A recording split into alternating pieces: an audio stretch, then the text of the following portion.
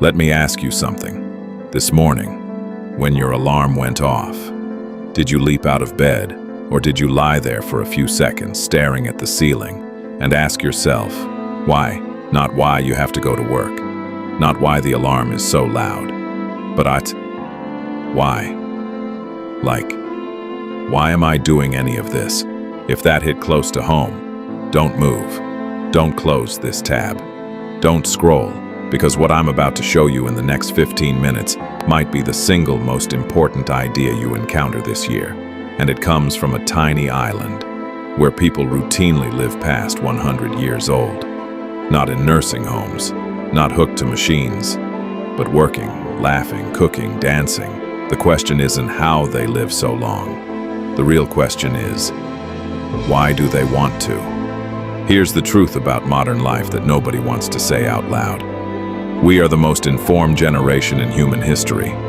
We have access to more knowledge than any king, emperor, or scholar that ever lived. We have apps for meditation, apps for fitness, apps for productivity. And yet, according to Gallup's Global Well-Being Index, only 15% of people worldwide are truly engaged with their lives. 15%. That means 85 out of 100 people around you right now are just going through the motions. Wake up, work, scroll, sleep, repeat. And here's what makes it even more dangerous. It doesn't feel like a crisis. There's no catastrophe. No rock bottom moment. It's just this slow, quiet dimming of aliveness inside you. You're not depressed. You're not broken. You're just empty. You're tired, but not from working too hard.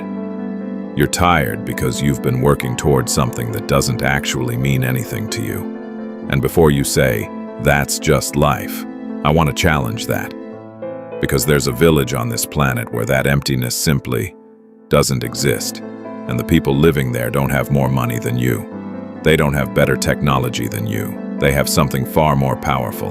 They have something the Japanese call ikigai, Okinawa, Japan. A chain of small islands at the very south of the country. Scientists call it a blue zone, one of 5 places in the world where people often live past 100. Not just living, but thriving.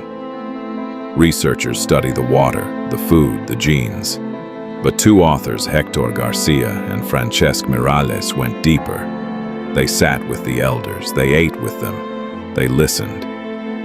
And what they found wasn't a diet or exercise secret. It wasn't a pill or supplement. It was a reason to live. Ikigai, literally translated, means a reason for being. And in Japanese philosophy, it lives at the intersection of 4 questions. Every Okinawan elder, whether they knew the word or not, was living the answer. Question 1. What do you love? What makes you forget to eat? What makes 3 hours feel like 10 minutes? What would you do even if you were never paid for it? Question 2.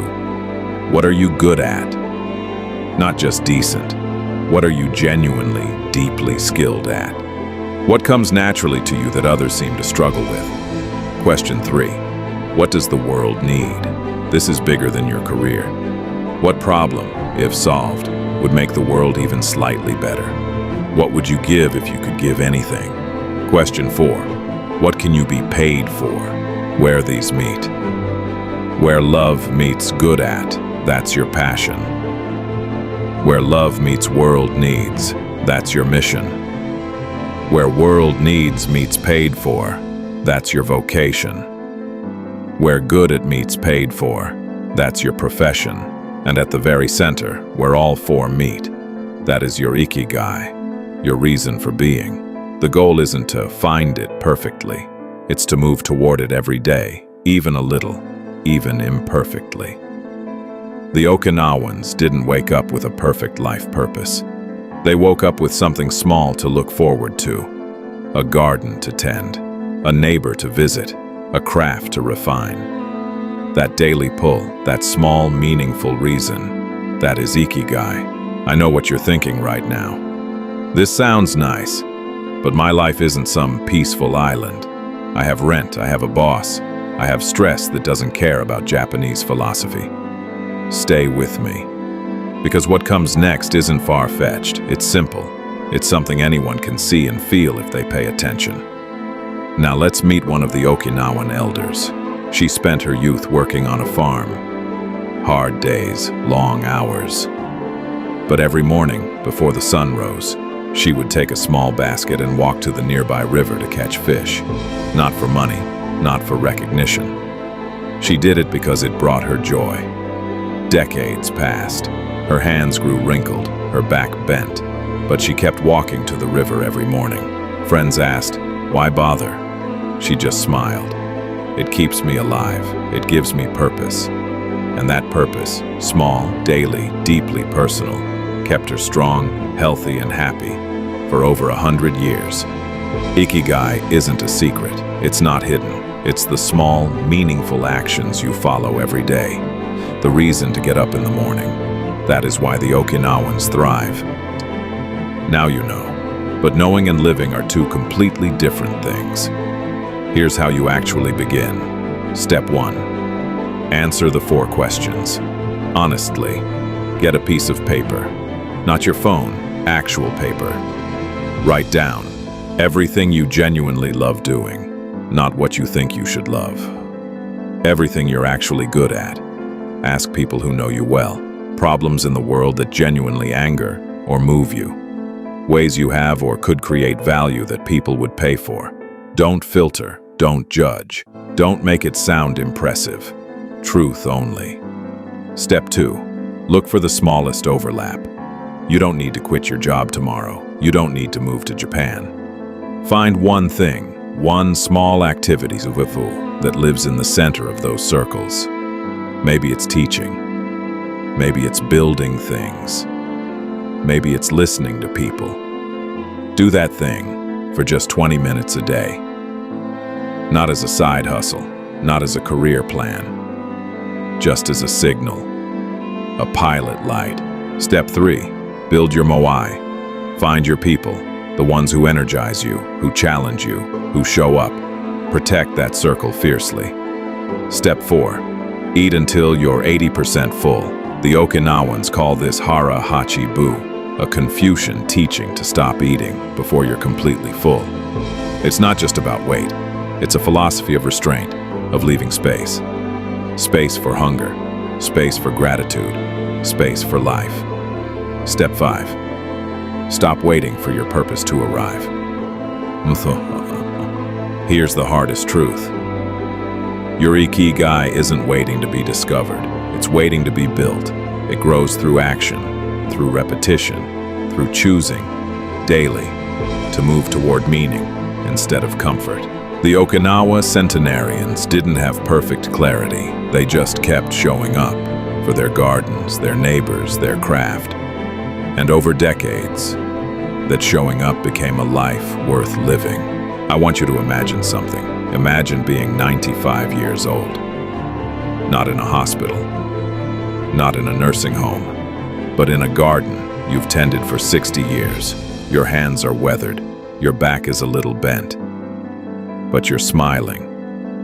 Genuinely, deeply smiling, because today is Tuesday.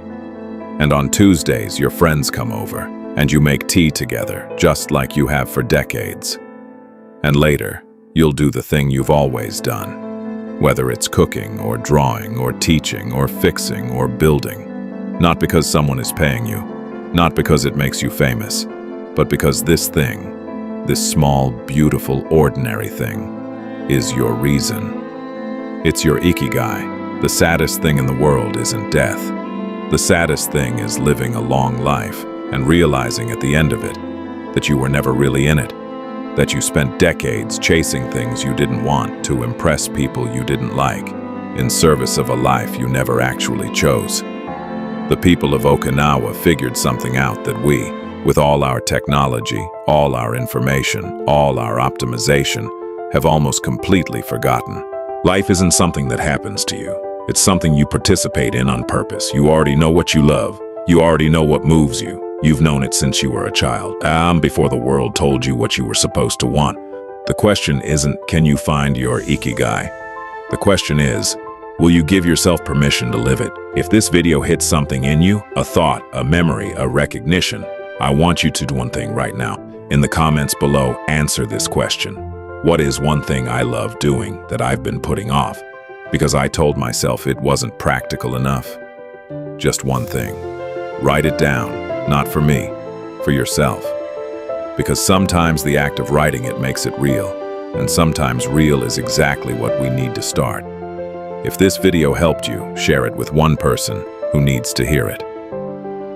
Not to grow this channel, but because that one person might be sitting at the edge of their bed right now, staring at the ceiling, and they deserve to know there's a reason to get up. Subscribe if you want more videos like this, and I'll see you in the next one.